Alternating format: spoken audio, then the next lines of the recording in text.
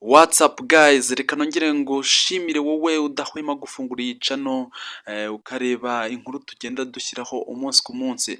Turagarutse muri ya nkuru yitwa umusore w'umukire. Mbibutse ko ari wa muhungu wanyu James Legend udahwema kubagezaho ibyiza nk'ibi ngibi.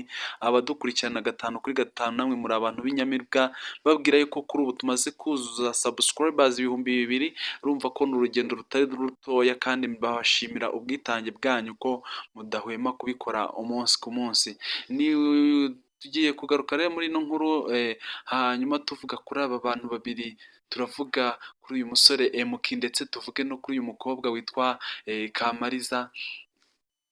Tuvuge relationship iri hagati yabo ndetse tuvuge n'uburyo ki bagenda bagaragara muri iyi filimi, mbese imikinire yabo ukuntu igenda igaragara.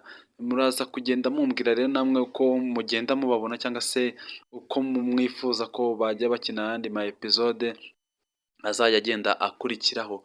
Murabyibuka uyu MK, iyi filimi itangira itwereka uburyo ki yari yarakunze uyu mukobwa, bakajya bavugana, hanyuma igihe kikaza kugira bakabonana uyu musore noneho yicishije bugufi, yigize umuntu uri simple mu buryo bwo kugira ngo arebe ko uyu mukobwa yamukunze urukundo kuko rwa nyarwo.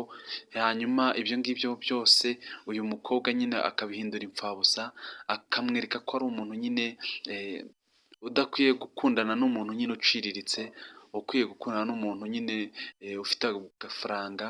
Kumbe uyu musore mwibuke ko ari umusore koko w'umukire, ari umuntu iwabo basigiye imitungo, afite imitungo myinshi, afite amakampani, ariko nyine muri ako kanya akaba atari yarashatse kwigaragaza muri iyo shusho. Kuri iki gihe hari abakobwa benshi bagenda bakunda abatipe babakurikiyeho ibyo batunze, bamara kubibura ugasanga nyine umubano wabo urakendera cyangwa se uragenda gakeya.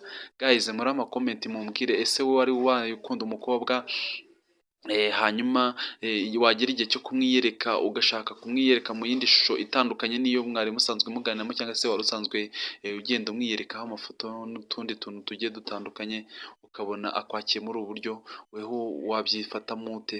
Wakomeza kumukunda? Wabikoraho iki? So birakwiye ko wenda uyu mukobwa yakabaye yararetse uyu mutipe, ariko ntamubwire amagambo amusesereza cyangwa se ngo amwandagaze mu buryo bukomeye. Ari nabyo bintu byamuviriyemo kwicuza, aho yaramaze kumenya ukuri yuko uyu musore atari umuntu uciriritse, ahubwo ari umuntu w'umukire.